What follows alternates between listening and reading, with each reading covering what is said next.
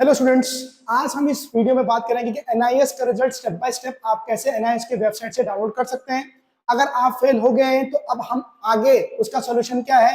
Fail हो गए उसका कुछ टेंशन मत लीजिए, उसका भी मैं आपको सॉल्यूशन बताऊंगा। उसके साथ साथ आपको नेक्स्ट स्टेप अभी क्या करना है, और जो पास हो गए तो उनको congratulation from Sati science academy team.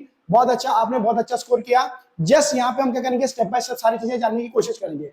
सबसे पहले फर्स्ट स्टेप जो आपको फॉलो करना है, आपको एनआईएस की ऑफिशियल वेबसाइट पे विजिट करना है। ठीक है, जो आपका उसके बाद नहीं तो डायरेक्टली आप क्या कर सकते हैं, डायरेक्टली आप डालिए result.nis.ac.in, डायरेक्टली आप ऑफिशियल वेबसाइट पे पहुंच जाएंगे।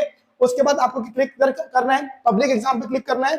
उसके बाद आपका एनरोलमेंट नंबर डालना है आपको। एनरोलमेंट नंबर के बाद अपने कैप्चा कोड, ऐसा आपको यहाँ पे ऐसा इंटरफेस दिखेगा जहां पे आपको क्या करना पड़ेगा, अपना एग्जामिनेशन सेलेक्ट करना पड़ेगा, एनरोलमेंट नंबर डालना पड़ेगा और कैप्चा कोड आपको क्या करना है, वहां पे डालना है। और जैसे आप उसको सेलेक्ट करेंगे तो आपका रिजल्ट आपका क्या हो जाएगा, तुम्हारा डाउनलोड हो जाएगा।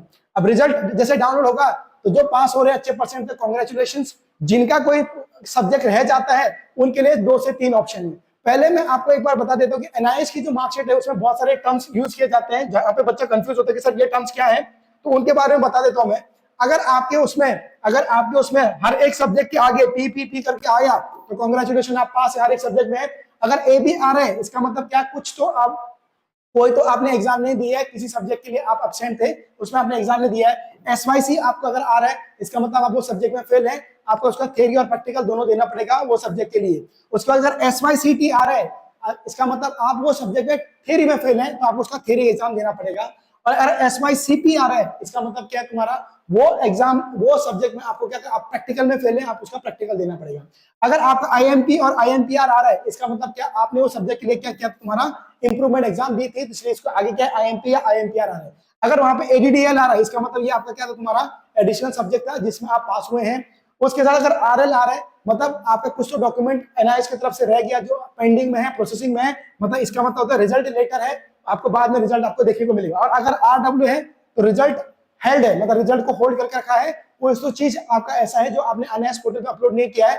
अगर इसमें से अगर आपको कोई भी प्रॉब्लम आ रहा है तो आप सतीश साइंस एकेडमी की टीम को कांटेक्ट कर सकते हैं।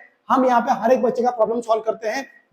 जो भी आपको यहाँ पे स्कूल हुए नंबर है उस पर आप क्या कर सकते हैं, हमें कांटेक्ट कर सकते हैं, हम हर एक प्रॉब्लम का सॉल्व कर देते हैं। ठीक है ना, तो जिनका पी आ रहा है उनका तो कोई टेंशन ही नहीं।